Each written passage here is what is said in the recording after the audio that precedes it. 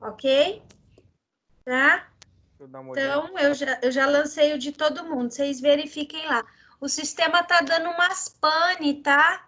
Ontem tinha professor falando que o sistema tinha apagado todas as notas dele.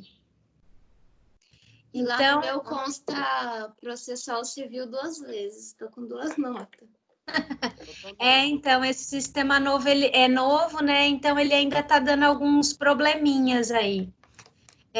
Então, se acontecer de vocês entrarem a nota inteira, né? Não tiver lá, espera um pouco, entra depois mais tarde, porque às vezes é o sistema, ele não carrega na hora. O meu aconteceu isso, eu entrei, e acho que foi até na turma de vocês, eu entrei para lançar algumas notas de e-mail que eu tinha recebido, e na hora que eu vi a nota da prova, tinha tudo sido apagada. Tava zerado o negócio, eu falei, não é possível. Mas daí na hora não tinha tempo para relançar da turma inteira, e falei, depois eu entro e vejo. Aí no outro dia, quando eu voltei, as notas estavam lá. Mas ontem dois professores, o Alex e o Tiso, estavam falando o que aconteceu com eles. Que apagou tudo e não voltou, eles tiveram que lançar tudo de novo. Tá? Então, não se apavorem se isso acontecer com vocês, ok? O povo da sala tá com sono, hein, gente? 5 alunos só? Sexta-feira, né, prof? Sexta-feira, mas nossa aula vai ser sexto ano inteiro. Eles vão É. ficar com falta e sem conteúdo, né, gente? Não tem muito o que fazer. E fingir que não é sexta, prof. É o dia mais difícil de acordar, é sexta, com certeza. Oi, Marlon. Sexta-feira é o único dia que eu posso dar aula de manhã. Então, eu sempre vou dar aula de sexta de manhã, porque sexta de manhã não tem audiência na vara do trabalho. Então, sexta é o único dia que eu posso dar aula de manhã. Por isso que eu peguei a turma de vocês. Entendeu? Por isso. Vamos lá, então, gente. Semana passada, a gente começou a falar ali da relação de trabalho, né? Aí a gente falou lá dos elementos característicos dessa relação de trabalho. Vamos compartilhar aqui para vocês darem uma relembrada. De emprego, né, professora? Aham. Então, na semana passada, a gente começou a ver relação de emprego, aí a gente viu diferença entre trabalhador e empregado, né? Que eu bati bastante na tecla para vocês lembrarem disso, que todo empregado é trabalhador, mas nem todo trabalhador é empregado. Lembra que eu falei lá do gênero, né? E das espécies, né? E depois a gente falou ali dos elementos característicos da relação de emprego, o que precisa, né, para caracterizar uma relação de emprego. Então, o que uma pessoa que trabalha para uma empresa e, por exemplo, se essa empresa não a registra, né, ela precisa comprovar na justiça, né? Então, ela precisa comprovar a pessoalidade, né, que ela vai prestar o serviço pessoalmente, que ela não pode enviar outra pessoa no lugar dela, né? Subordinação, né? Que o empregado ele depende das orientações, do material, né? Do trabalho, de tudo do empregador, né?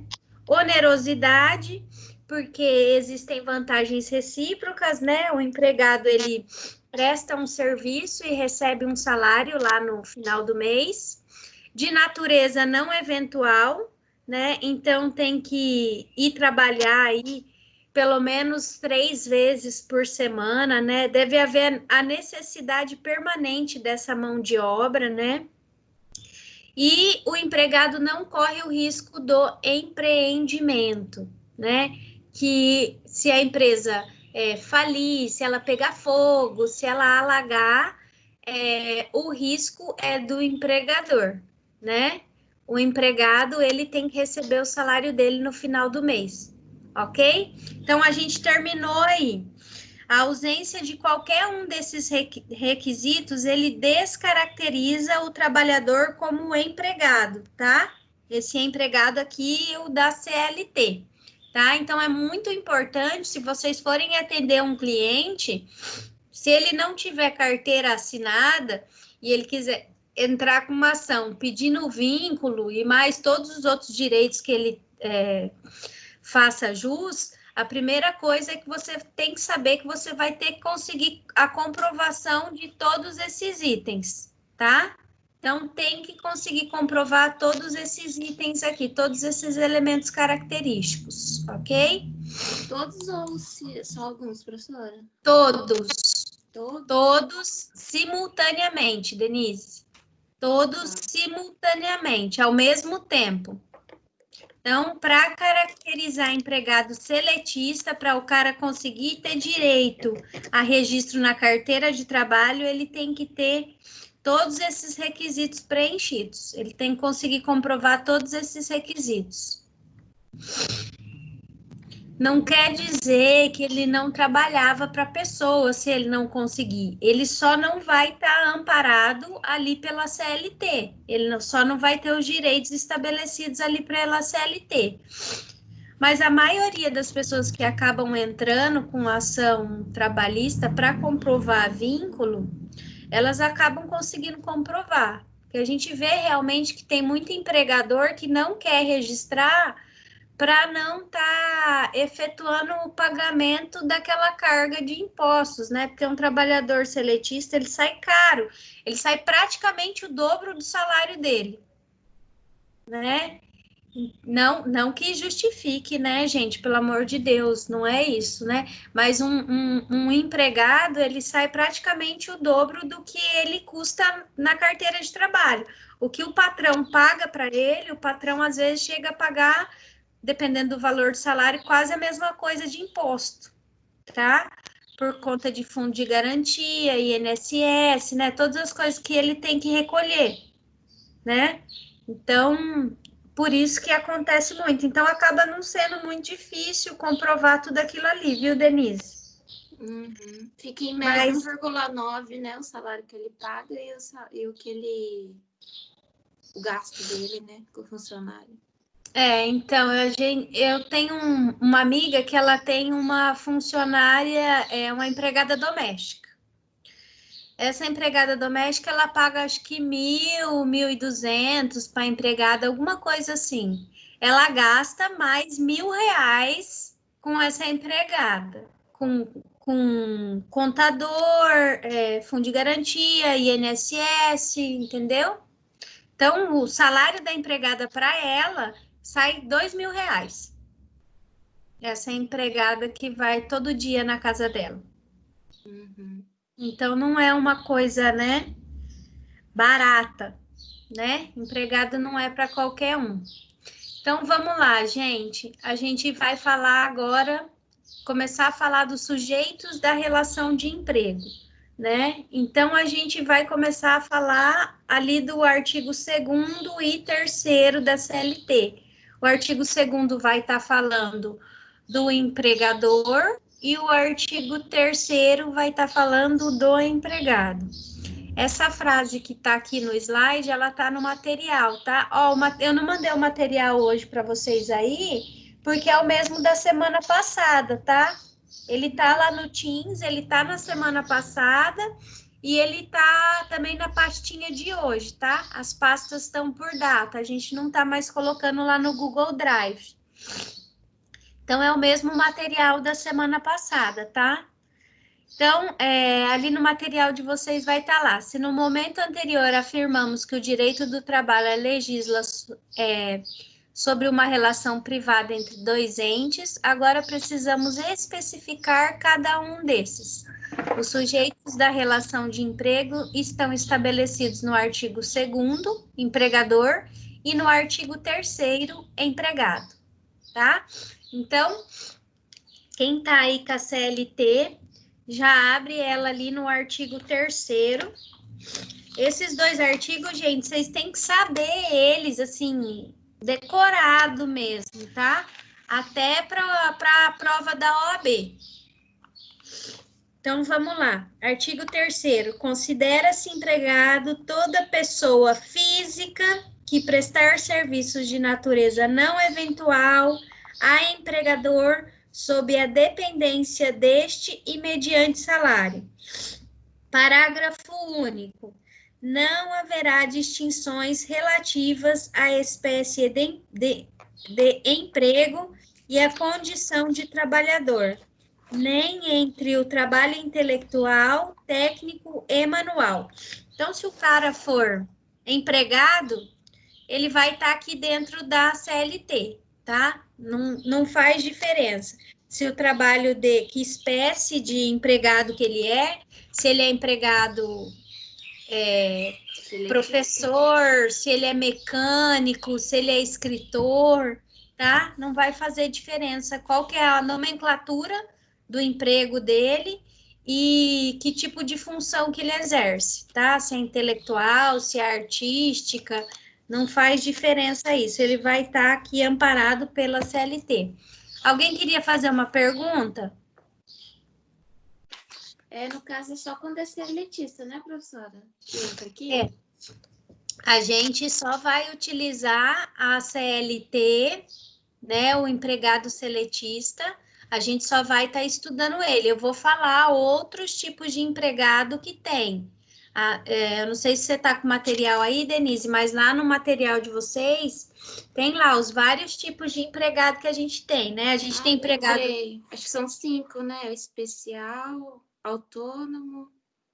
Não, na verdade, vai depender do doutrinador, Denise. Tem doutrinador que coloca mais, tem doutrinador que coloca menos. A gente já começa com uma divisão de empregado urbano e de empregado rural. Aí depois, dentro desses empregados, aí a gente vai ter trabalhadores, que é o que às vezes acontece, entendeu? A pessoa colocar um trabalhador ali na lista de empregado. Então, tem que ver se ele vai estar ali amparado na CLT. Por exemplo, a empregada doméstica, ela está amparada pela CLT, né? O rural, ele está amparado, ele tem legislação especial, mas ela obedece ali o artigo 7º, também coloca o trabalhador rural, tá? Professores... O professor normalmente ele tem uma legislação especial, mas se ele for seletista, né, ele vai estar aqui dentro também. Daí entra todas as categorias, mas a gente já começa com uma divisão ali entre urbano e rural. Mas aí a gente vai estar vendo um por um ali depois, tá bom? Então, todo empregado é um trabalhador, mas nem todo trabalhador é um empregado, tá? O artigo 3º, ele dispõe que é toda pessoa física que presta serviço de forma não eventual, sob dependência e mediante salário. Esse artigo 3º, caput, meus amores, vocês têm que decorar ele, não tem jeito, tá? Vocês têm que decorar ele, porque ele cai na prova da OAB, ele cai na primeira fase, se vocês forem fazer segunda fase de direito do trabalho, ele cai na segunda fase, tá? Tem que saber, o segundo e o terceiro não tem como escapar. Depois eu coloquei ali para vocês o seguinte, o empregado deve ser pessoa física, né? Então, o empregado, ele não pode mandar uma pessoa jurídica. Eu falei para vocês que, às vezes, o que acontece? A pessoa, ela contrata uma empresa, né, uma prestadora de serviço, e essa prestadora de serviço, na verdade, ele está querendo fraudar, né? E ele contrata essa empresa, só que, na verdade, a pessoa, ela é uma empregada, ela não pode mandar outra pessoa, entendeu? Ela tem subordinação, onerosidade, não é um serviço eventual, então ela consegue preencher todos os requisitos ali do artigo 3º, só que ela é uma PJ, daí esse camarada procura vocês no escritório, olha, eu sou uma pessoa jurídica, mas acontecia isso, olha, eu era subordinado, eu recebia ordens diretas, só eu que podia prestar o serviço, né? E daí, eu tenho algum direito? Tem, você tem direito de entrar com uma ação trabalhista e pedir vínculo. Acontece muito comigo isso, Nem muito, PJ, muito. professora? Tem muito prestador de serviço, porque o que que acontece? As empresas de telefonia, elas contratam empresas para prestarem serviços para ela, serviço de cabeamento, né, de manutenção, né, de todas essas coisas. Normalmente é empresa terceirizada, as empresas de telefonia, elas não têm empregado no país inteiro, entendeu? Elas contratam prestadoras de serviço. E daí, dependendo do tipo de serviço que o cara vai fazer, é que para essa operadora que eu trabalho, eles não têm realmente essa necessidade. E essas prestadoras de serviço, elas são muito grandes. Olha os passarinhos na minha casa. Nossa, Ainda bem que não é tá cachorro, hein? passando passarinho aí. Parece que eu tô na roça.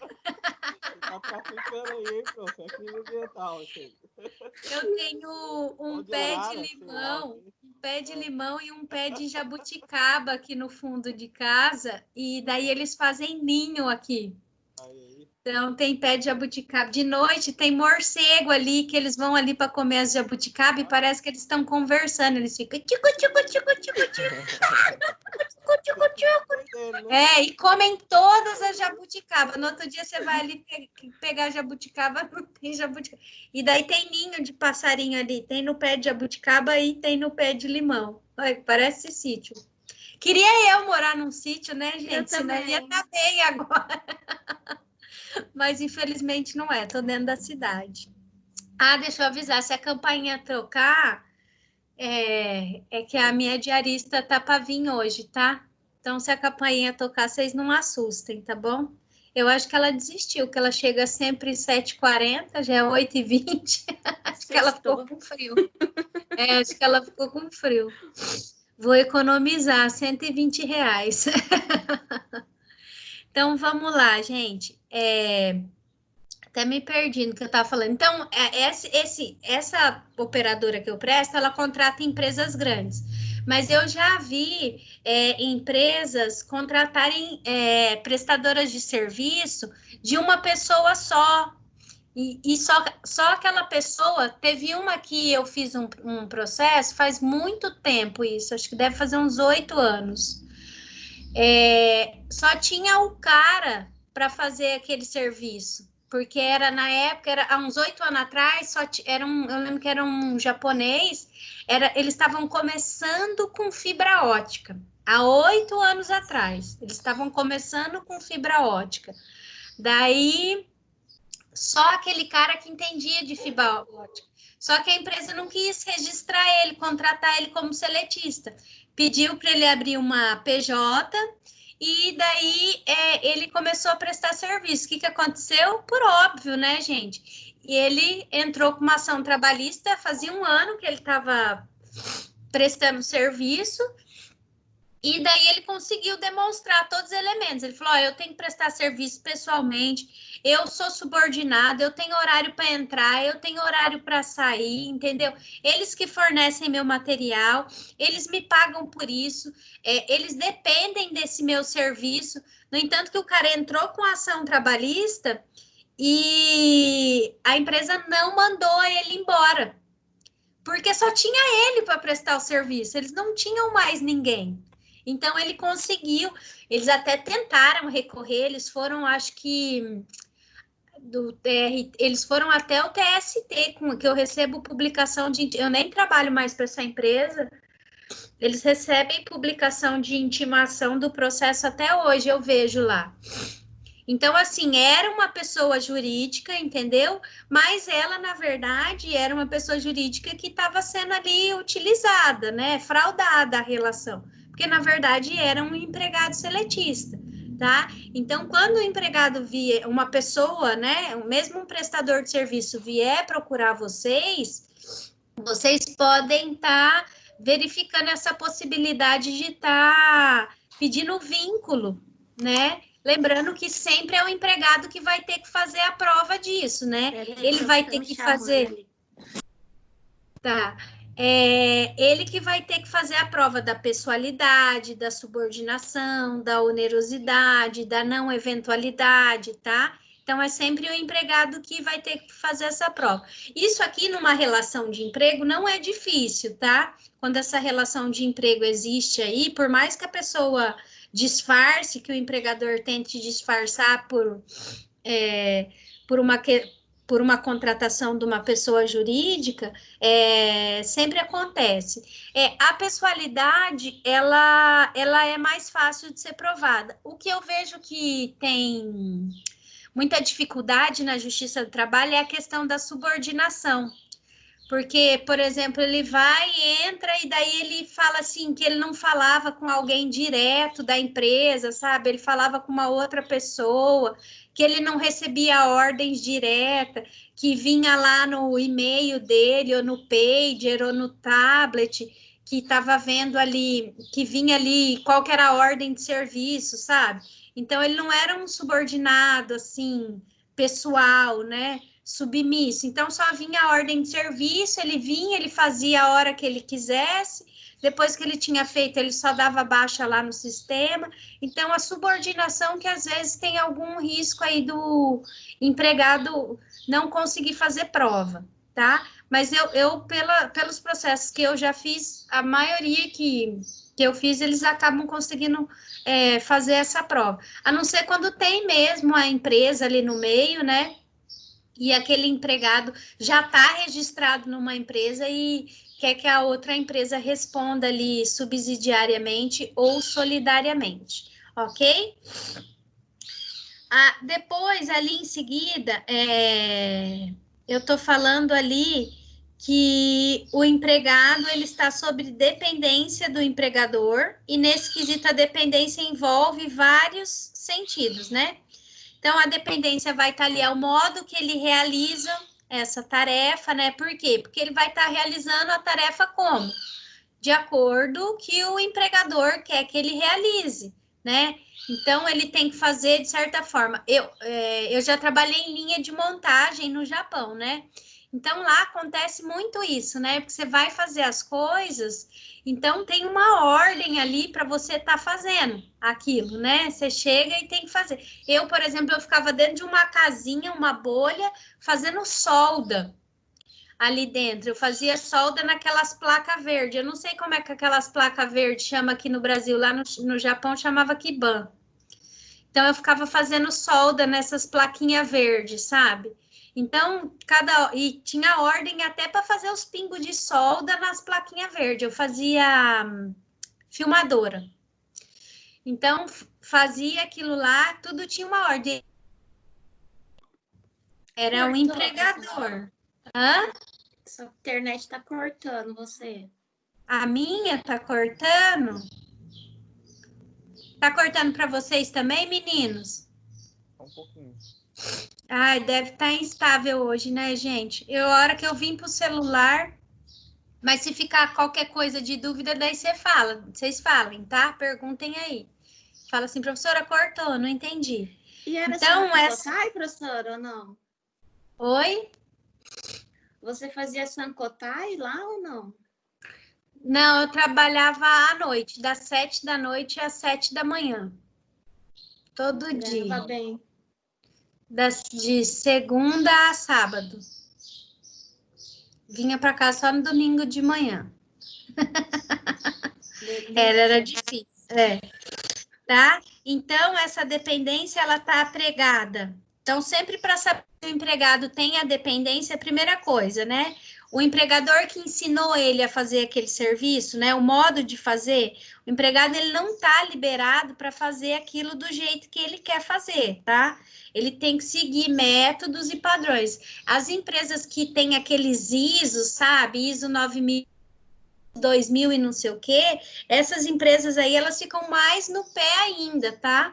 Que o empregado tem que fazer bem direitinho, porque senão elas ainda podem acabar perdendo esse certificado de garantia, tá? Que esse ISO é um certificado de garantia, tá? Então, ele tem que fazer isso e o empregador tem que ainda fornecer os equipamentos dele para trabalho, tá? O empregador também tem que estar fornecendo equipamento de trabalho, equipamento de proteção, né? E dependendo do tipo de trabalho, uniforme.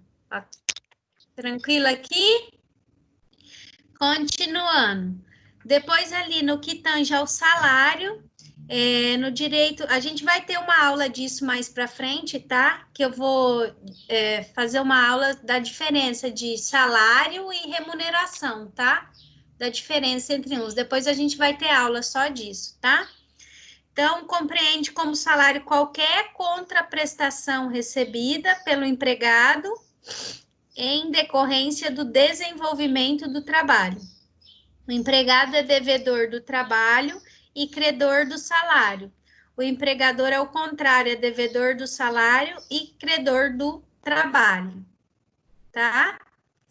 Então, depois a gente vai estar vendo essa diferença de salário e remuneração, tá? Mas é só para vocês saberem desde já que a gente tem essa diferença ali dentro da CLT, tá? Porque o salário, ele engloba tudo, tá? A remuneração, não. O salário, ele vai englobar, por exemplo, ali os auxílios que você recebe, se você recebe algum auxílio em pecúnia, né, em dinheiro, tipo, vale alimentação, vale transporte, aluguel, né? Então, tudo aquilo ali vai abranger o salário. A remuneração é o teu salário fixo, né? Aquele valor base, e daí vai agregar se o empregador te pagar mais alguma coisa em dinheiro. Então, por isso que hoje em dia é obrigado o empregador, por exemplo, vale alimentação, ele não dá o dinheiro na mão, né? Ele faz um cartão, né? Faz um cartão ou dá cesta básica, né? Que daí aquilo ali não vincula. Por quê? Porque se ele der em dinheiro, gente, isso aí vai entrar no cálculo depois do fundo de garantia, do INSS, tá? Todo valor que ele der ali em dinheiro e que entrar como remuneração vai ser utilizado na base de cálculo. Então, se ele dá auxílio de custo de aluguel, de gasolina, o que ele der em dinheiro para o empregado, e mesmo que ele não coloque no holerite, mas o empregado consiga comprovar, por exemplo, através de recibo de depósito bancário, que o empregador fazia esse depósito para ele em dinheiro, ele tem uma chance de conseguir comprovar que isso aí é remuneração, e daí o empregador vai ter que pagar toda a diferença de todo o período desses valores, tá? Então, tem que tomar cuidado. Eu não sei se foi nessa turma que eu contei semana passada, de um dono de uma empresa que o cara recebia acho que uns 2, 3 mil reais e ele pagava acho que mais uns 2 mil reais para o cara em dinheiro, porque ele pagava o aluguel do cara, ele pagava acho que parcela de financiamento do cara, empréstimo, não sei, no banco. E ele veio me procurar para pedir orientação para saber como é que ele fazia com aquele funcionário. Eu falei assim, olha, ou você registra ele e sobe esse salário, mas você corre o risco aí de, em 2 anos, ele poder estar entrando com uma ação e falar, né, que já recebia esse salário mais alto, né, ou você começa a fazer isso da forma correta. Então, começa a pagar pelo cartão, né? Tentar fazer de um jeito que isso não vincule no trabalho. Ele acabou decidindo aumentar o trabalho, o valor na carteira de trabalho, né? E correr o risco do empregado entrar com uma ação trabalhista. Isso eu acho que já tem 1 ano, mais ou menos, o empregado não entrou e acho que não vai entrar também, porque o patrão é muito bom para ele. Mas, enfim, corre-se esse risco, tá? Então, tudo aquilo que você der em dinheiro a mais para o seu empregado, aquilo lá pode ser calculado como remuneração, porque a remuneração é aquela base de cálculo que vai ser feita para o INSS, para o fundo de garantia, para o 13º, tá? Para tudo isso. Então, se vincular alguma coisa aí que você recebe em dinheiro, o valor do seu acerto vai ser maior. E daí o valor dessa trabalhista vai aumentar bastante. Então, às vezes você pensa assim, o cara ia entrar com ação trabalhista de 10 mil reais. E aí, a hora que você vê que tem essa diferença, que tem ali se tiver pedido de vínculo, então, gente, vai para 30 mil reais. um cara aí que trabalhou aí, vamos colocar aí 6 meses, tá? Com um salário aí de R$ 2.000. O valor vai lá em cima, tá? Então, tem que tomar muito cuidado com isso. Então, a hora que vocês forem atender um cliente, vocês prestem atenção nisso, ok? Mas a gente vai ter uma aula para falar da diferença de salário, de remuneração, o que integra e o que não integra, tá? Se vocês estiverem com material aí, a próxima característica o próximo tópico é as características do empregado.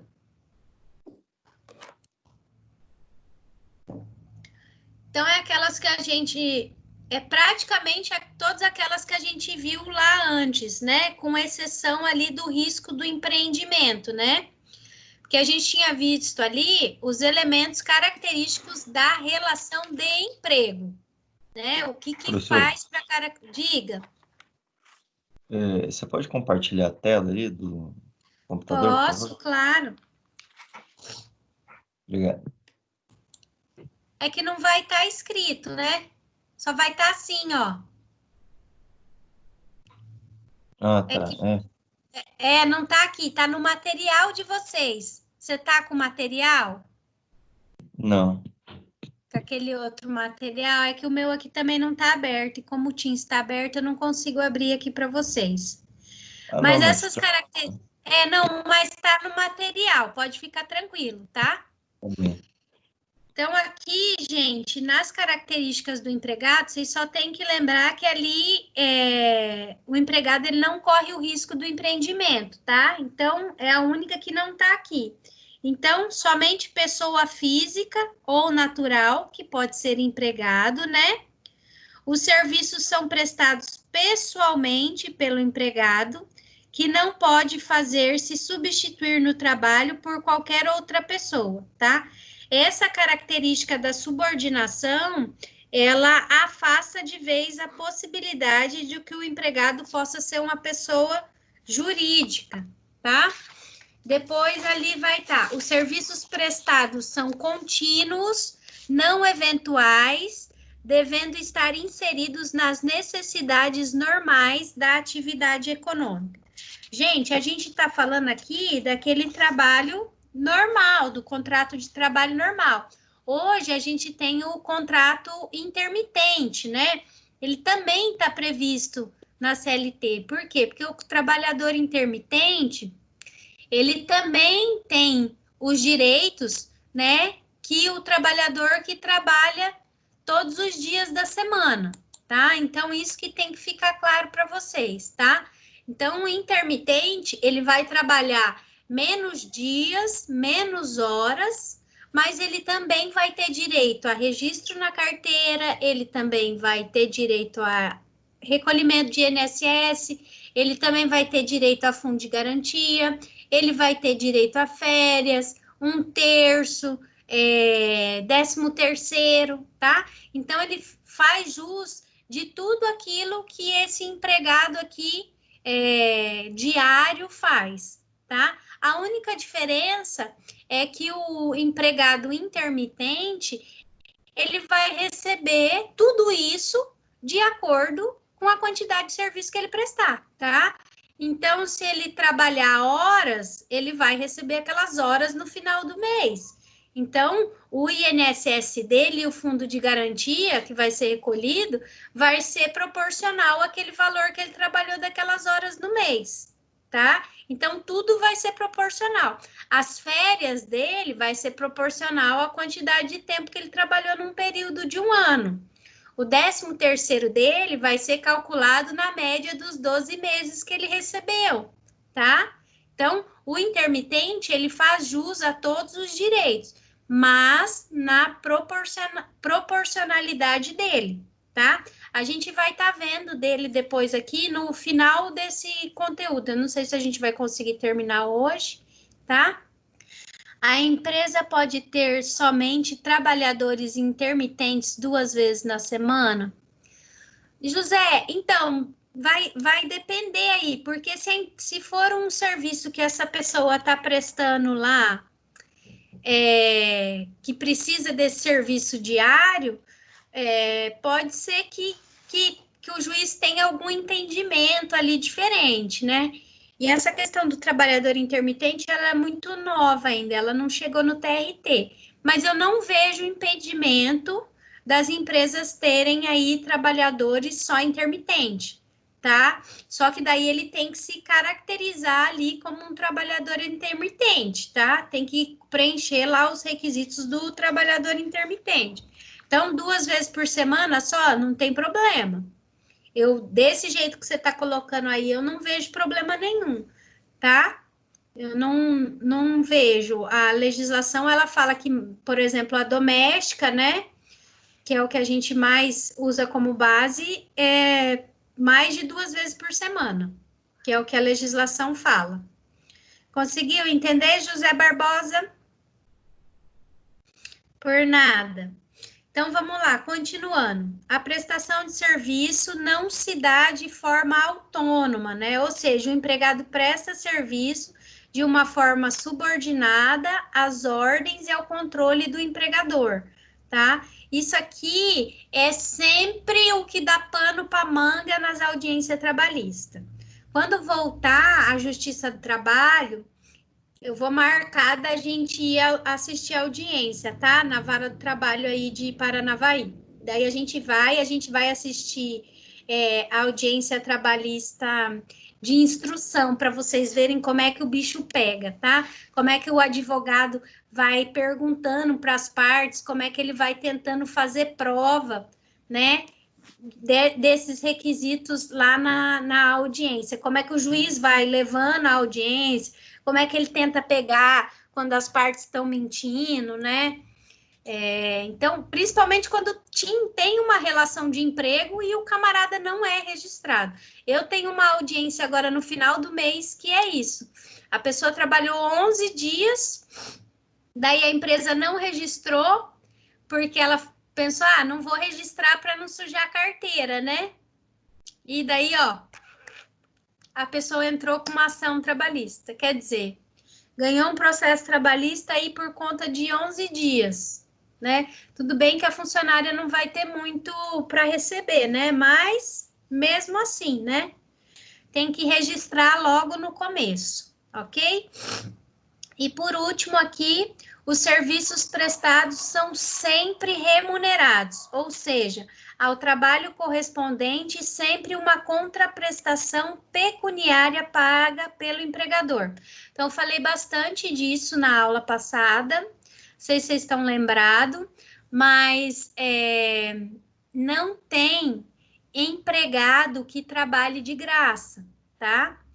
A gente tem trabalhador gratuito. Lembra que eu falei do Médicos Sem Fronteiras, né? Que eles vão para lá e tal. O empregado, o termo empregado, a gente não pode assimilar ele à gratuidade, tá? O empregado, ele sempre tem que receber um valor, tá? Até porque, se você registrar uma pessoa em carteira, ou essa pessoa conseguir preencher os requisitos ali, e você não fez um contrato de trabalho que ele estava trabalhando gratuitamente, isso aí pode caracterizar, dependendo do análogo, a trabalho escravo, tá?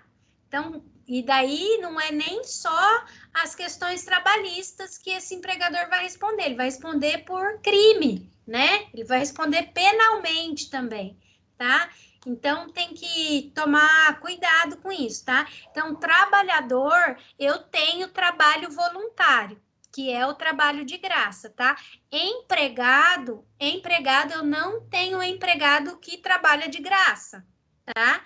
Eu tenho trabalhador voluntário.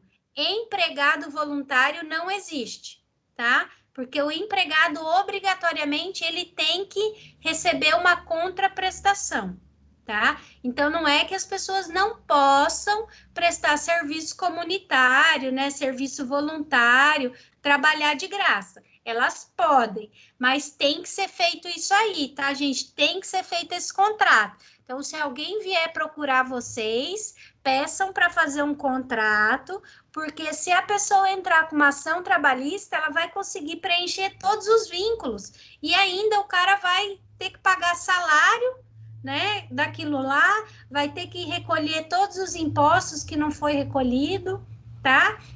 Então, tem que fazer um contrato de trabalho voluntário, tá? Porque se não faz e a pessoa entra com uma ação trabalhista, vai dar vínculo e a pessoa vai ter que recolher tudo que ela não recolheu a vida inteira dessa pessoa, tá? Não sei se foi aqui ou foi na outra turma, alguém falou de pessoa que trabalha em igreja, né?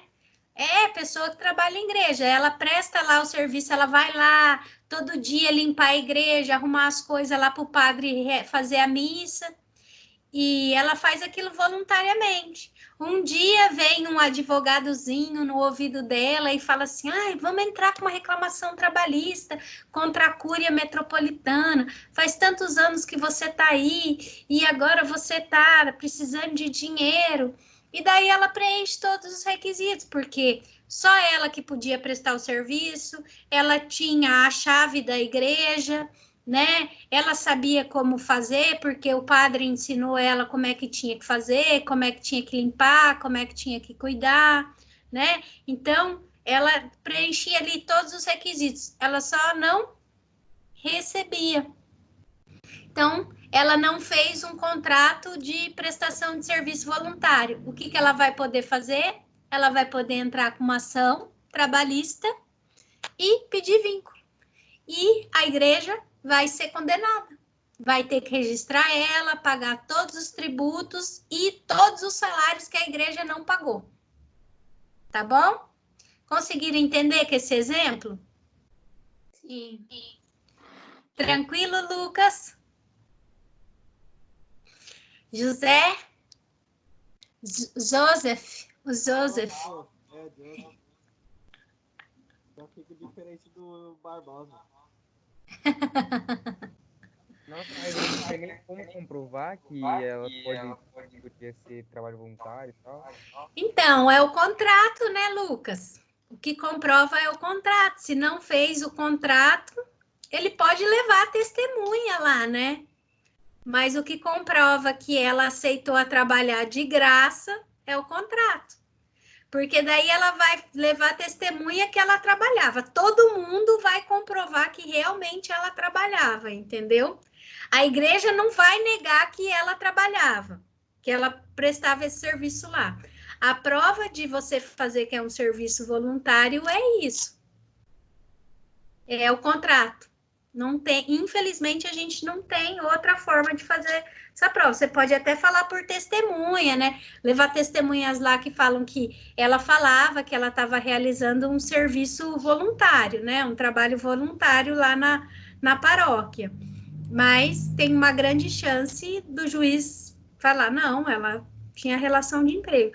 No entanto, que nas paróquias das igrejas, pelo menos aqui de Maringá, eles têm uma funcionária registrada, tá? Aqui em Maringá, eles têm uma funcionária registrada. Ela que tem a chave da igreja, ela que abre a igreja.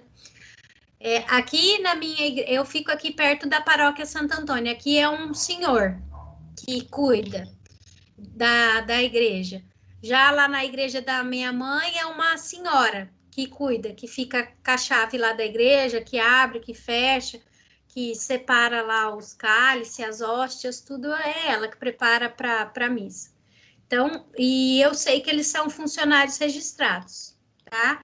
Então, o que vai comprovar é fazer um contrato, tá bom? Voltando ali no material, agora a gente vai estar vendo os tipos de empregados. Eu não coloquei aqui. Vou anotar até aqui no slide para vocês, daí qualquer coisa vocês já vão anotando aí, se vocês não tiverem com material. Então, eu vou colocar os nomes aqui. Ó, o primeiro aqui, empregado noturno. Depois eu vou falando um por um, tá? Depois a gente tem o empregado, ó, vou colocar EMP, vocês sabem que é empregado, tá? Empregado em domicílio. Depois a gente tem o empregado público. O empregado doméstico. O trabalhador rural.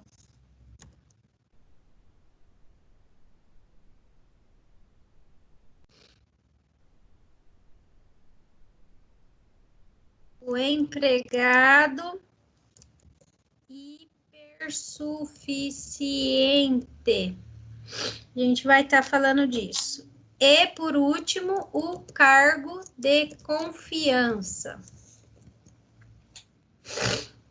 Anotem aí.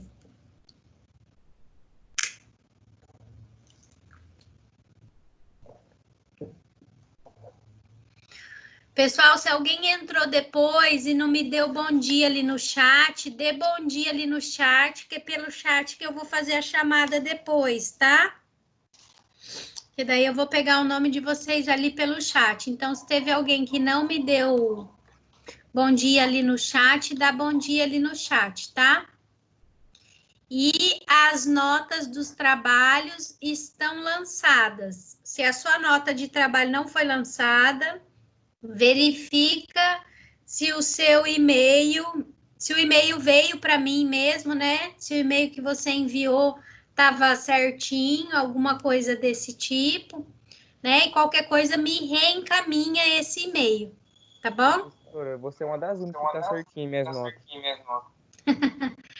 Mas é aquilo que eu falei, ô Lucas, o sistema tá dando problema. Teve um dia, eu não sei se a aluna era dessa turma, eu lembro que era uma aluna do segundo ano. Ela me mandou mensagem falando que a nota dela não estava lançada. E daí eu entrei no sistema, a nota estava lançada. Eu até tirei uma foto da tela e mandei para ela. Eu falei, ó, para mim tá aparecendo como lançada. Então, o dela era problema no sistema, né? Ela estava com algum problema no sistema, alguma inconsistência no sistema. Então, às vezes acontece isso, o professor lança e a nota não aparece, entendeu? Para o aluno, por conta de inconsistência no sistema. Acho que porque o sistema é novo ainda, né? Não sei se ele está crescendo de acordo conforme a gente vai pôr as informações, mas está acontecendo isso, viu, Lucas? Está Depois eu vou até acontecendo da gente. perguntar pro povo se Qualquer coisa, manda uma mensagem para o professor. A Letícia ontem me mandou, outro dia, ela me mandou de 2 alunos essa semana. Um realmente, eu não tinha lançado a nota, porque na lista ele estava numa turma e no programa ele estava em outra turma. Mas daí a hora que ela falou, eu já achei a nota da prova dele e já lancei. Mas daí ela me mandou de um outro aluno, eu falei, Letícia, a nota está lançada. Tá lá, ela falou, a nota tá lançada e ela me mandou a foto da tela dele. E na tela dele estava realmente que eu não tinha lançado a nota. E eu mandei uma foto para ela da nota e a nota estava lá lançada. tem que Então, verificar depois. né? Às vezes acontece isso, mas dá uma perguntada, né, pro professor, não custa, né? A Sim. gente não sabe, né, o que está acontecendo. Então, vamos lá, gente. Primeiro Mas, tipo de... professora, rapidão, mas o prazo era até sexta para lançar? Ou é até hoje, até meia-noite? Eu acho que o prazo para a gente lançar a nota do trabalho, eu acho que é até, eu não tenho certeza, até dia 7, que é domingo. Tá. Então dá Eu acho que é tempinho. até 7, que é domingo. Porque que nem eu tenho 6 turmas. Eu tenho Então, 6 turmas. Eu tenho os 3 segundos anos e os 3 terceiros anos, né? Então, eu já consegui lançar, mas eu lancei em 3 dias. Eu fiquei sim, 3 dias para lançar, eu sei como que porque é são, esse negócio de trabalho. Minha porque mãe são também é 6 professora. turmas, né? E daí, assim, não é só você ir lá e colocar 2, né? Para a pessoa que fez o trabalho. Você tem que colocar o 2 lá e ainda arrumar a nota da prova, colocar mais um ponto ali na nota da prova, né? Sim, Então, não é sim. só ir lá e lançar a nota 2, né? Que seria o normal. Você tem que colocar lá o 2 e acrescentar mais um ponto ainda na nota ali da prova, né? Então, dá um trabalhinho. Eu fiquei 3 dias, para vocês terem ideia. Tudo bem que eu tenho 6 turmas, né? Tem professor que tem muito mais, né? A professora Tati, a professora Andressa, elas têm acho que 12 horas, 14 horas, então elas têm mais turma do que eu ainda, né? Então é complicado, é que eu acabei ficando com as turmas maiores, né? Os terceiros anos, eles são muito grandes, né? Os terceiros anos, eles são muito grandes, é turma de mais de 60 alunos. Então aí você imagina, né? Dá trabalho, né? Dá trabalho. Mas é isso, verifica isso depois, tá, Lucas? Verifica se às vezes não é alguma inconsistência no sistema. Então, vamos lá, o primeiro tipo de empregado, o empregado urbano. Então, se vocês quiserem anotar aí. Quem tá com o microfone ligado que eu tô ouvindo a minha voz? Lucas. Então, vamos lá, anotem aí. O empregado urbano é todo aquele que não se enquadra, nas definições de rural ou doméstico. É todo aquele que não se enquadra nas definições de rural ou doméstico. Eu vou dar uma adiantada aqui para vocês, só para vocês entenderem. Gente, se vocês quiserem, eu tenho doutrina trabalhista em PDF já grifada, porque é da onde que eu tiro tudo isso aqui. Eu não posso mandar para vocês lá no grupo, porque isso aí pode vir e me dar um direito autoral depois, tá? Mas se quiserem, o líder de turma ou qualquer um de vocês, não tem problema, me manda uma mensagem que eu mando para vocês no WhatsApp, tá? Dá para mandar a página, né? Dá para mandar as páginas específicas, né? De cada conteúdo. Então, a página específica eu não consigo, eu não sei mandar, eu acho que eu não consigo mandar, porque está em PDF. Mas daí eu consigo mandar a doutrina para vocês e vocês têm um material aí, que é o material que eu preparo a aula, entendeu? Né? Porque às vezes, eu vou ser sincera, a biblioteca digital da faculdade é fantástica, mas eu tenho muita dificuldade lá dentro, né? Então eu acabo utilizando os meus PDFs, né? Que às vezes a gente não consegue achar um autor que a gente está acostumado. A biblioteca é muito completa, né? Eu não tenho o que falar, no entanto que no... A nova, prof, qual que é agora? Oi? Qual é a biblioteca nova? É a nova, né? Então, na verdade, ela não é nova, é só porque o contrato tinha vencido e daí acho que eles não, por conta da pandemia, eles não tinham conseguido renovar o contrato a tempo. Mas a biblioteca digital é a mesma de antes. E ela é excelente, os livros que tem lá, eles são muito bons. Eu tô falando que eu tenho dificuldade, sabe, no manuseio, passar a página, voltar a página, e daí eu acabo imprimindo a página para eu poder grifar, sabe? E daí no meu eu consigo fazer isso, né? Quando a gente acaba comprando o e-book, a gente acaba conseguindo salvar ele e fazer essas coisas. E daí no livro da biblioteca da faculdade eu não consigo fazer isso. Mas daí qualquer um, se quiser, já pega o celular aí, já manda, prof, manda para mim a doutrina que eu mando, tá? Que daí eu tenho a doutrina que ela é bem completa. Vocês podem me mandar aí a mensagem no privado. Eu só não posso colocar no grupo, mas vocês podem colocar no grupo de vocês, tá? É só eu que não posso colocar no grupo. Mas vocês podem, tá? Por conta do direito autoral. Beleza? Então, vocês podem me mandar. Só vou falar aqui, então, para você... Hã? É no WhatsApp para mandar? Isso, pode mandar no meu WhatsApp, Lucas. Beleza. Qual tipo de empregador que você acabou de falar? Eu falei do urbano. Aí eu vou só ler aqui para vocês o conceito de doméstico e rural, porque o de urbano, ali tá falando que urbano é todo aquele que não se enquadra nem em rural e nem em doméstico, tá? Daí eu vou ler o que é doméstico e o que é rural para vocês, tá? A gente vai estar vendo esses trabalhadores, mas assim, de uma forma sucinta, né? Porque não é o nosso trabalhador empregado aqui seletista, né? Então, a gente vai ver eles de uma forma, assim, mais superficial. Então, tá lá. O trabalhador rural, ele é regido pela Lei 5.889, né? Essa lei, no artigo 17, ela vai estar falando o que se aplica ao empregado e ao não empregado rural.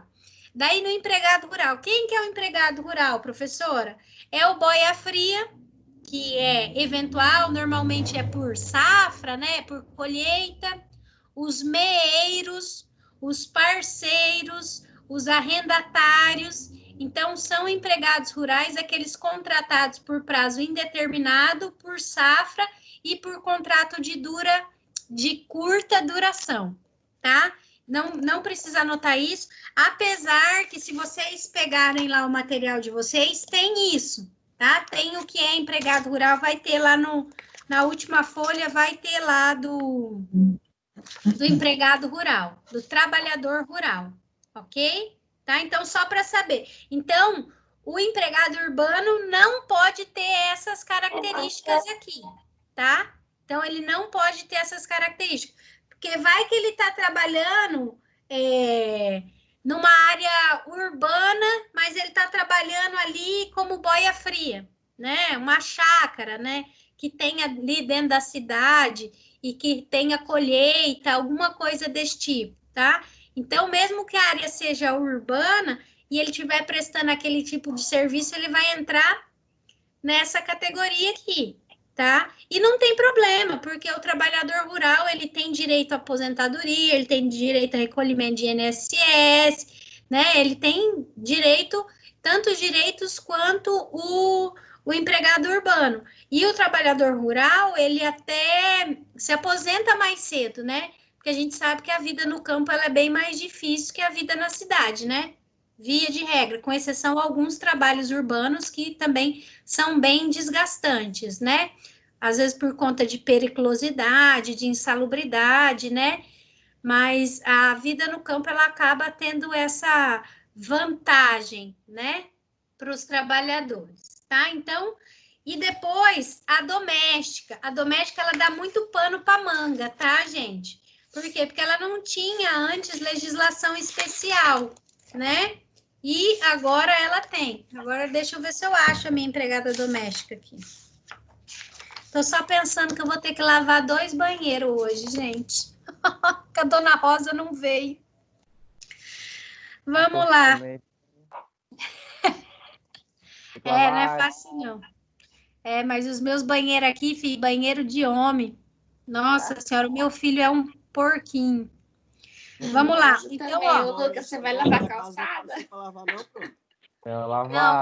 Meu marido, ele limpa bem, ele passa roupa, ele cozinha, mas lavar banheiro, não, tem que ser eu. Mas faz parte, a doméstica. Vamos lá, então, ó, doméstico é a pessoa física que trabalha de forma pessoal, subordinada e onerosa, por mais de 2 vezes por semana, tá? Então, a diarista que vem até 2 vezes por semana não se enquadra como doméstica, então não tem a obrigação desse registro aqui, ok? Para outra pessoa física ou família que não explore atividade lucrativa com a sua mão de obra. Essa parte final ali é mais importante. Então, por exemplo, a minha empregada que vem aqui em casa, eu não posso, por exemplo, colocar ela para fazer doce para mim, para eu vender. Entendeu? Eu não posso explorar o trabalho dela para algo que dê lucro. Porque os outros requisitos estão tranquilos, né? Então, se eu começar a explorar ela para fazer alguma coisa aqui que me dê lucro, aí ela já não é mais empregada doméstica. Aí ela já passa a ser o meu empregado seletista, tá? Então, tem que tomar cuidado com isso. Porque a pessoa física ali que contrata, porque aqui pode ser uma pessoa física, pode ser uma pessoa jurídica, pode ser uma família. A empregada doméstica, a legislação fala que tem que ser uma pessoa física ou uma família. Eu nunca vi família em registro de carteira, tá? Nem imagino como é que isso é feito. É feito com a pessoa física, tá? E ela tem que prestar serviço de mais de 3 vezes por semana, né? E o serviço dela não pode ser explorado para atividade lucrativa, tá? Se mudar esses requisitos, ela vai acabar se enquadrando como empregado seletista, tá? Daí tem que ver lá se no caso dela compensa, se o salário seria maior, seria menor, né? Por exemplo, de uma cozinheira, quanto que ela ganha, né? E para estar entrando com uma ação trabalhista, mas daí daria para estar pedindo vínculo. Mas a empregada doméstica, gente, ela tem direito a fundo de garantia, férias, 13º, recolhimento de INSS, tá? De tudo isso. Tá? A diferença dela vai estar nessas questões aqui. Diga, Denise. Um escritório pode contratar uma doméstica, tipo, 2 vezes por semana? Só se a contratação for feita por uma pessoa física. Agora, se esse, por exemplo, você contrata ela só para prestar o serviço ali de limpeza, né? Você fala ali. Então, se ela for até 2 vezes por semana, não tem necessidade de registro em carteira. Se ela for mais de 2 vezes por semana, precisa. O ideal, na verdade, é que para não correr risco, é que o empregador, se ela for 2 vezes por semana, que ele faça o registro do contrato intermitente, né? Porque hoje, como a gente tem essa previsão do contrato intermitente, então a pessoa pode alegar isso, né? Então, ela fica lá 2, 3, 4, 5 anos indo trabalhar. O meu marido, eu falei para vocês, né, que ele foi mandado embora do trabalho lá da irmã dele. Tinha uma empregada lá que prestava serviço para eles. Ela tinha carteira registrada e ela ia, acho que 2 vezes por semana para fazer limpeza.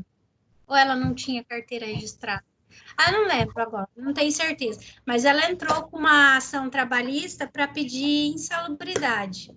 Porque, na verdade, o que o meu marido fala é que eles davam a bota, a luva, né? Porque usa que boa, usa produto químico para limpar a chapa e tudo mais. Mas ela não usava.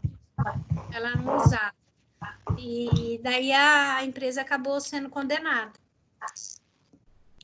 Fazer o quê, né, gente? Faz parte. Né? Ainda bem que a família não é minha. Marido não é parente, né? Vamos lá, continuando. Então, ó, empregado urbano é aquele que não se encaixa na definição de rural ou de doméstico, tá? Não se enquadrou ali em rural ou em doméstico, ele é o quê? Urbano, ok? O próximo aí é o empregado em domicílio. O empregado em domicílio é a pessoa que presta serviço em sua própria residência, tá? Não se distingue entre o trabalhador que realiza no estabelecimento do empregador, tá? Então, eu estou prestando serviço para a FATES da onde? Do meu domicílio, não tô? Agora você está em domicílio, Eu estou em domicílio, eu estou prestando serviço em domicílio. Tem alguma diferença? Não, eu tenho os mesmos direitos que quando eu estava dando aula lá presencial, tá? Os mesmos direitos. Anotem aí o artigo 6º da CLT, tá? Nesse empregado em domicílio. Ali fala o seguinte: não se distingue entre o trabalho realizado no estabelecimento do empregador, o executado no domicílio do empregado e o realizado à distância, desde que estejam caracterizados os pressupostos da relação de emprego, que são aqueles que a gente já tinha falado, pessoalidade, onerosidade, subordinação, tá? Aqueles lá do artigo 3º. Então, preencher os requisitos do artigo 3º e trabalha em casa, em home office, tem os mesmos direitos, ok? Tem os mesmos direitos. Não vai fazer diferença. Ok?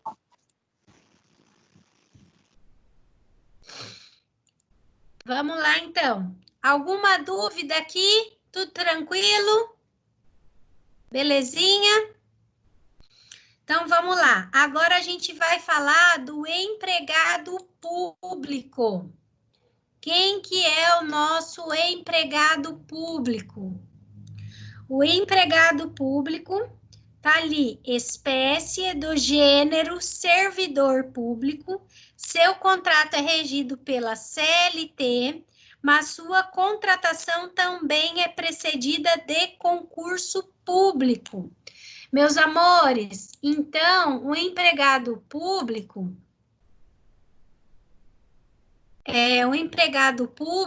ele presta concurso público, tá? Mas ele continua sendo regido pela CLT, ok? Deixa eu só responder aqui o José Barbosa. José, só apareceu para mim agora a sua pergunta, tá? Mas a empresa não pode contratar como empregada doméstica, teria que ser faxineira, isso. Na verdade, é auxiliar de serviços gerais, tá, José? Que ele tem que fazer essa contratação. A empregada doméstica, né? A empresa, né? A empresa, se for uma empresa pessoa jurídica, ele tem que contratar auxiliar de serviços gerais. Se for uma pessoa física, né? Ou família, ele pode fazer ali a contratação da empregada doméstica. Então, por exemplo, o escritório de advocacia. Escritório de advocacia, gente, vocês vão ver que a gente não registra na junta comercial. A gente não abre uma empresa na junta comercial igual todas as outras empresas. É a única espécie que não é registrada na junta comercial. Na verdade, eu posso ter só o escritório de advocacia e não fazer registro nenhum dele, ou posso fazer uma sociedade de advogados e registrar ela na OAB, tá? Essa sociedade de advogados, ela pode ser unipessoal ou pluripessoal, tá? Daí, no caso, se esse escritório de advocacia for só o escritório, só a pessoa física, tipo só eu, Aline, eu posso fazer a contratação como doméstica, tá? Porque é a pessoa física contratando a empregada doméstica. Se eu me tornar uma sociedade de advogados unipessoal, pluripessoal ou uma PJ, eu obrigatoriamente tenho que fazer a contratação da serviços gerais, tá? Daí eu já tenho que fazer a anotação na carteira dela, igual esse empregado urbano aqui, ok? José, você conseguiu me entender? Entendeu? Então, tá bom. Então, meu querido, agora a sua resposta apareceu. É que às vezes não aparece. Eu não sei o que acontece. Tem gente que não está cadastrada, daí a mensagem não vem aqui no chat, vai lá no sininho. Tem alguma coisa, acho que nesse sentido. Eu não entendo direito o que é, não, tá? Então, vamos lá. Empregado público. Então, o empregado público é aquele que presta concurso público, mas ele não vai ser regido pelo estatuto do município. Ele vai ser regido pela CLT, por essa nossa bonitinha aqui, tá? Então, vou dar um exemplo a vocês. Os funcionários da Caixa Econômica, todos os funcionários da Caixa Econômica, todo mundo conhece o Banco Caixa Econômica, eles são empregados públicos. Eles são empregados públicos. Eles prestam concurso público, né? Mas a questão trabalhista deles é regida pela CLT. Professora, mas eles não têm estatuto? Tem, eles têm normas, tem tudo mais. Igual o empregado lá da empresa tem também, não tem? O empregado da empresa, ele tem que obedecer a CLT, ele tem que obedecer o estatuto da empresa, ele tem que obedecer o contrato de trabalho, tá? É que o funcionário público, o estatutário, ele vai só seguir o quê? O estatuto. As normas trabalhistas dele vai estar onde? Dentro do estatuto, tá? Dentro do estatuto do município, do estado, né? A União não, porque a União, eu não sei se tem alguma empresa pública, né, que tem, que vai pelo regime de estatutário, tá? É mais município e governo estadual. Aqui em Maringá, por exemplo, a prefeitura ela tem contratação de servidores estatutários e de empregados públicos, tá? Ela tem os dois tipos de contratação. Os empregados públicos aqui são numa menor quantidade. São só aqueles funcionários que aqui em Maringá, né, PSS, que é aquele médico da família, sabe? E daí é o médico, a enfermeira, o técnico de enfermagem, os agentes de endemia, sabe aquela pessoa da dengue, né, que vai também na sua casa lá fazer aquela visita, tá? E o pessoal do SAMU, tanto médico, enfermeira, telefonista, tal, o pessoal que trabalha no SAMU. Então, aqui em Maringá, os empregados públicos que a gente tem são esses, tá? O empregado público é diferente do funcionário público, é um CLT e o outro estatutário, é isso? É isso, o empregado público, as normas dele vai pela CLT. E o servidor público, ele vai pelo estatuto. Professora, quais são as diferenças na prática? Então, por exemplo, o funcionário da Caixa Econômica quer entrar com uma ação trabalhista contra a Caixa Econômica. Ele vai entrar com essa ação trabalhista onde? Na vara do trabalho, tá? O funcionário do SAMU quer entrar com uma ação contra a prefeitura. Ele é contratado seletista. Ele vai entrar com essa ação onde? Na vara do trabalho. E o servidor estatutário, aonde que ele vai entrar com uma ação? O professor, o médico, o funcionário do RH, todos aqueles estatutários, onde que ele vai entrar com uma ação, gente? Na vara da Fazenda Pública, tá? Então, o empregado público, ele vai entrar com uma ação na vara trabalhista. O servidor público, o funcionário público estatutário, vai entrar com uma ação trabalhista na vara da Fazenda, tá? Então, é isso que acontece. A diferença prática é isso, tá? Então, o empregado público vai entrar com uma ação na vara do trabalho. O estatutário vai entrar com uma ação na vara da Fazenda. Professora, mas o empregado público, ele pode ser mandado embora? Gente, tanto o estatutário quanto o empregado público, os dois podem ser mandados embora. A diferença é que a diferença deles para o simples empregado seletista, o empregado urbano ali, o normal, é que eles têm que passar por um procedimento para ser mandado embora, tá? Então, tanto o empregado público, quanto o servidor, quanto o estatutário, eles têm que passar por um processo disciplinar para ser mandado embora, tá? Então, o empregado, por mais que você pense assim, então é vantagem ser estatutário ou empregado público por conta da estabilidade. Não, os dois têm estabilidade, tá? Os dois têm estabilidade. E daí os dois têm vantagens e desvantagens, tá, gente? Os dois têm. O estatutário tem algumas vantagens e também tem desvantagens, tá? O empregado público, por exemplo, tem depósito de FGTS. O estatutário não tem. Se ele sofrer um processo disciplinar e for mandado embora, ele vai receber saldo de salário, 13º proporcional e só. Tá? E só.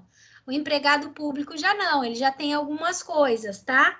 Então, isso faz diferença, tá? O estatutário, por exemplo, ele é reajustado, o salário dele é reajustado conforme o índice que o prefeito determina. O seletista já não, é o índice do governo federal, tá? Então, vai depender do ano aí, quem vai dar mais, tá? Então, tem vantagens e desvantagens. Mas tanto o empregado público quanto o empregado estatutário, os dois têm estabilidade e os dois, para ser mandado embora, tem que passar por processo disciplinar, ok? Então, quando você for prestar um concurso, você veja lá no edital se você vai ser um empregado público ou se você vai ser um servidor estatutário. E quando o seu cliente vier te procurar e ele falar assim, eu sou funcionário público, aí você vai ter que perguntar para ele, mas você é funcionário público estatutário ou você é empregado público, tá? Porque tem os dois tipos de contratação, tá? Então, ele vai ser ou um empregado público ou um estatutário, ok? O empregado público, se ele vier te procurar, você vai entrar com a reclamatória na vara do trabalho, pelo amor de Deus, hein, gente?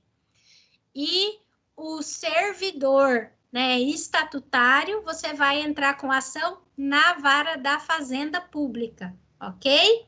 Combinado? Tranquilo aqui?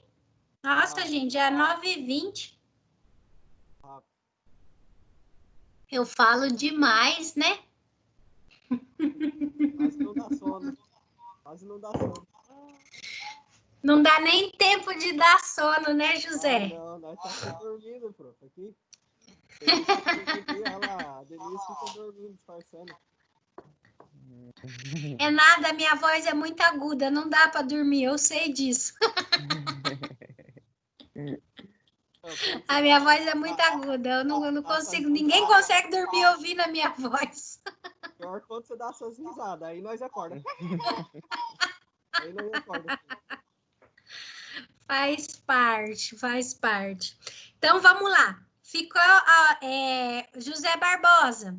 Tranquilo, meu querido? Entendido ali a diferença de empregado público e funcionário público?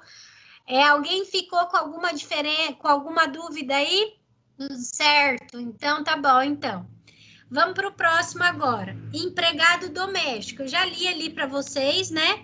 Mas empregado doméstico é aquilo que eu li para vocês. É a pessoa física que trabalha mais de 2 vezes por semana, tá? Para outra pessoa física ou família. Lembra disso, tá, gente? Tem que preencher esses requisitos, porque senão ela não vai se enquadrar como empregada doméstica, tá? Então, é a pessoa física que trabalha mais de 2 vezes por semana para outra pessoa física ou família que não explore atividade lucrativa com a sua mão de obra, tá? Professora, empregada doméstica é só a pessoa que faz limpeza? Não.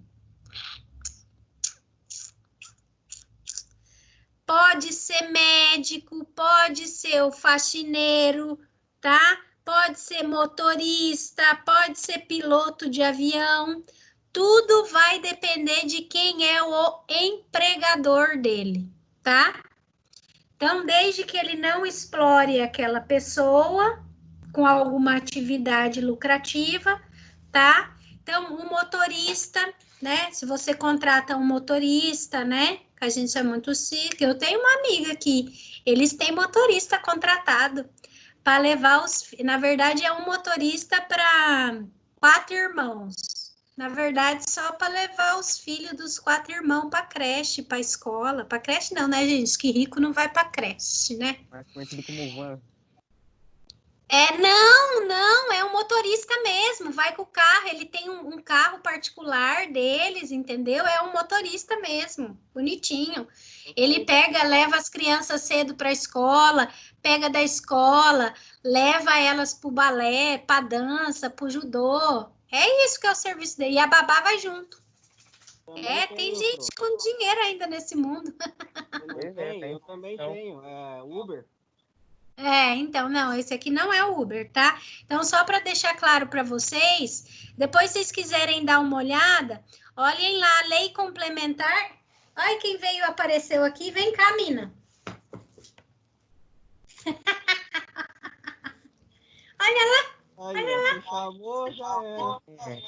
Isso é uma fita fedida. Vai. Não vai subir mais, não. Pelo menos ela não tá latindo. Nossa, que baforada.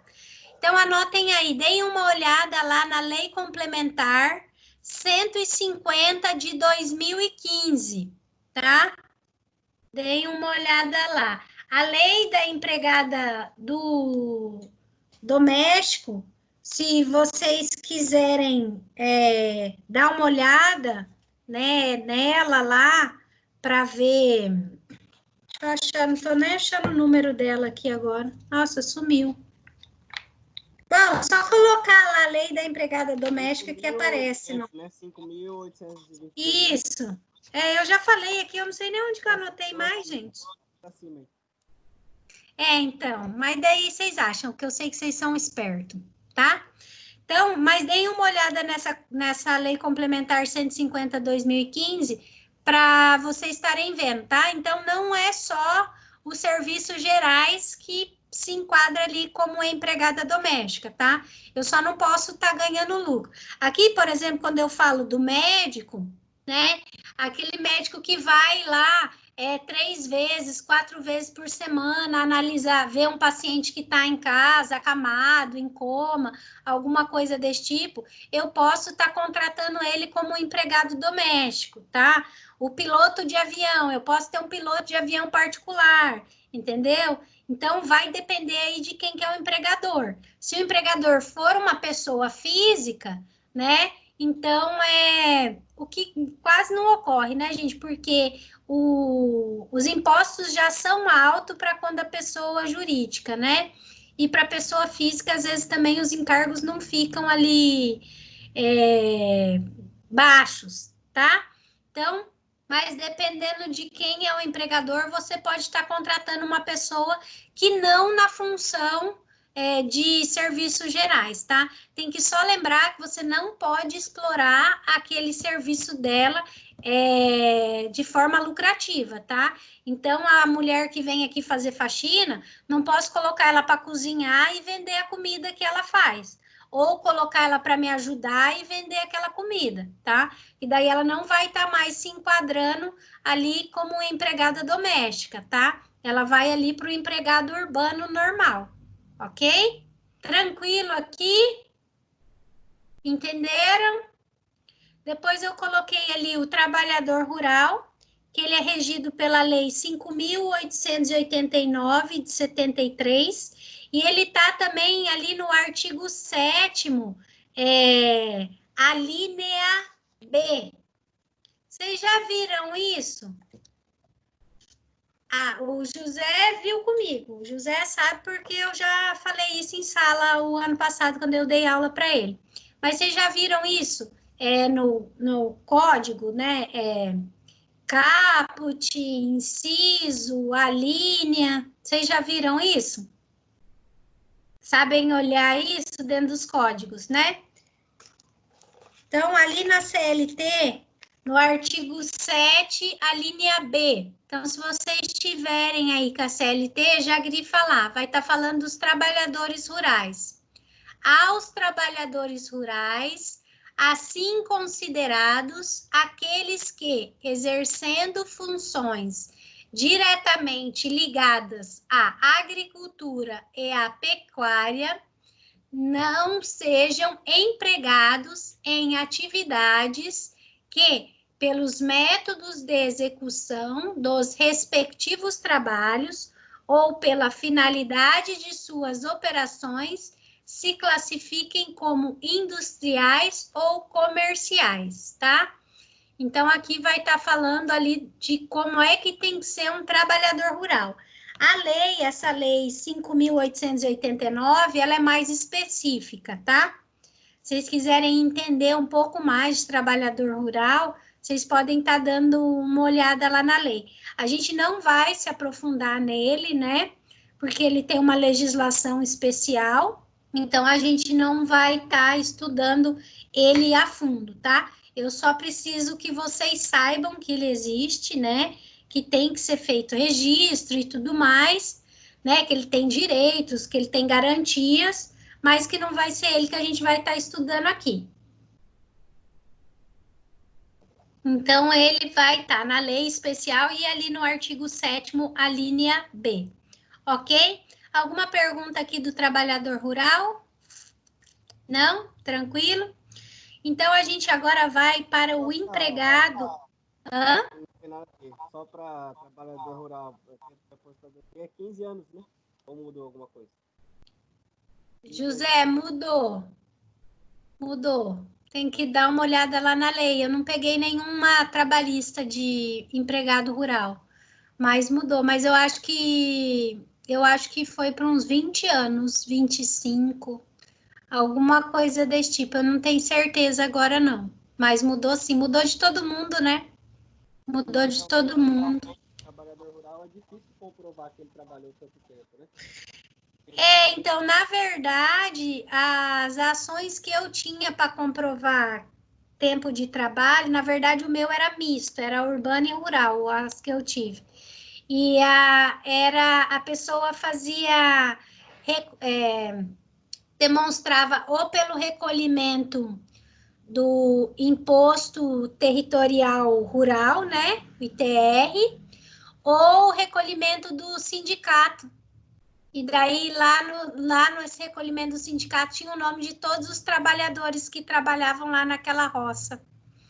Então, fazia prova normalmente por isso, tá? Ali que a gente acabava fazendo a prova. Então, vamos lá. Empregado hipersuficiente. Esse aqui está no parágrafo único do artigo 444, tá? Os requisitos previstos pela lei para caracterização do empregado como hiper... Os requisitos... Você quer o artigo? É. Ah, tá. Artigo 444, parágrafo único. Gente, esse camarada aqui, o que é ele? Ele é o cara que às vezes você não consegue caracterizar ele como subordinado. Ok, professora. Esse hipersuficiente.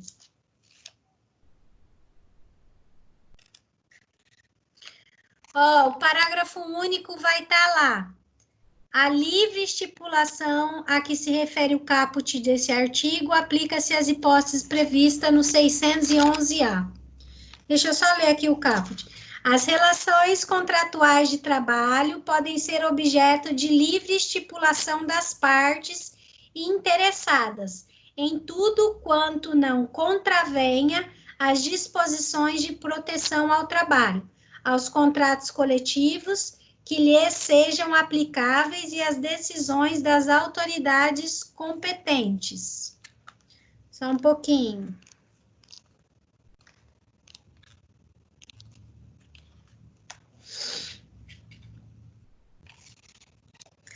Ó, então voltando lá, Denise, se você for anotar, já prepara a caneta aí, então. Os requisitos previstos pela lei para caracterização. Então, os requisitos para caracterização do empregado como hipersuficiente são cumulativos.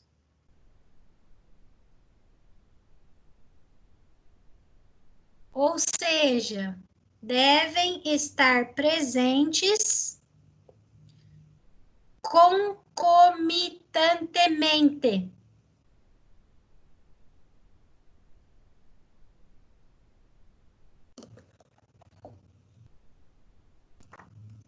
Então, não basta a existência de um só dos requisitos, Então, como tá? ativo, Concomitantemente.